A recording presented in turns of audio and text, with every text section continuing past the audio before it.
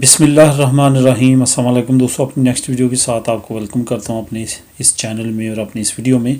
दोस्तों, कुछ देर पहले एक दोस्त ने कमेंट किया कि उनके पास भी नेशनलिटी है, उनके बच्चों के पास भी नेशनलिटी है, लेकिन उनकी बेगम के पास नेशनलिटी नहीं है, तो उनको 31 दिसंबर के बाद क्या करना चाहिए। वैसे तो अंडरस्टूड बात है, इतना डिफ़िकल्ट डिसीजन ये नहीं है, लेकिन बहरहाल उन्होंने मुझसे कमेंट में पूछा तो मैंने सोचा कि इस सिचुएशन में हो सकता है एक से ज़्यादा फैमिलीज़ हों, तो इस पे एक वीडियो बना ली जाए और उसके थंबनेल पे आपको वाज़ेह हो जाएगा, उनका कमेंट भी मैंने लगा दिया है। यहाँ पे जो सबसे मेन बात है वो ये है कि 31 दिसंबर के बाद आपको पता है कि 31 दिसंबर से एक फैमिली के कम अज़ कम एक मेंबर का 31 दिसंबर से पहले रजिस्टर्ड होना ज़रूरी है ईयू सेटलमेंट स्कीम में या ईयू सेटलमेंट प्रोग्राम में। ये दोनों सेम ही हैं। यहाँ पे जो सबसे अहम बात है वो ये है कि आपके पास दो ऑप्शन है। एक ऑप्शन ये है कि अपनी बेगम का तरख़ीता कम्युनिटारिया बनवा के ले जाएं और तमाम फैमिली के साथ आप रयान एयरलाइन पे सफ़र कर सकते हैं और यूके में जाके इंदराज करवाएं।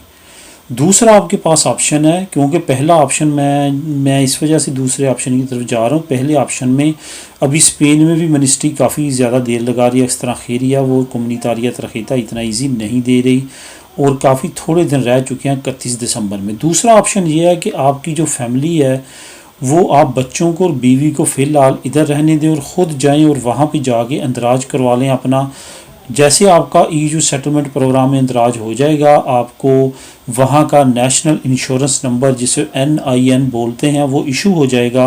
आप वहाँ पे काम करने लग जाएंगे तो आपके पास जो ऑप्शन है वो है 31 जून 2021 तक आप अपने दूसरे बीवी बच्चों को बुला सकते हैं जो कि यहाँ पे रह चुके होंगे। उस वक्त तक उनको तरख़ीता कम्युनिटारिया भी मिल जाएगा, लेकिन तरख़ीता कम्युनिटारिया 31 दिसंबर के बाद वैल्यू उसकी सेम लाइक ज़ीरो हो जाएगी, क्योंकि वो यूरोपीय यूनियन से निकल जाएगा।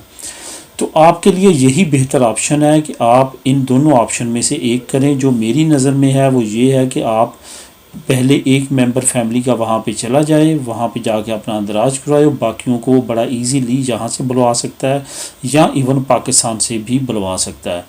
तो इस वजह से ये बहुत ज़्यादा मुश्किल या बहुत ज़्यादा कॉम्प्लिकेटेड सिचुएशन नहीं है। इसको आप अवेल करते हुए इससे फ़ायदा उठा सकते हैं। उम्मीद है कि आपको तमाम बातें ये समझ आ चुकी होंगी। फिर भी अगर आपके जहन में कोई क्वेश्चन हो तो कमेंट कर सकते हैं। मिलेंगे अपनी नेक्स्ट वीडियो। अल्लाह हाफिज़।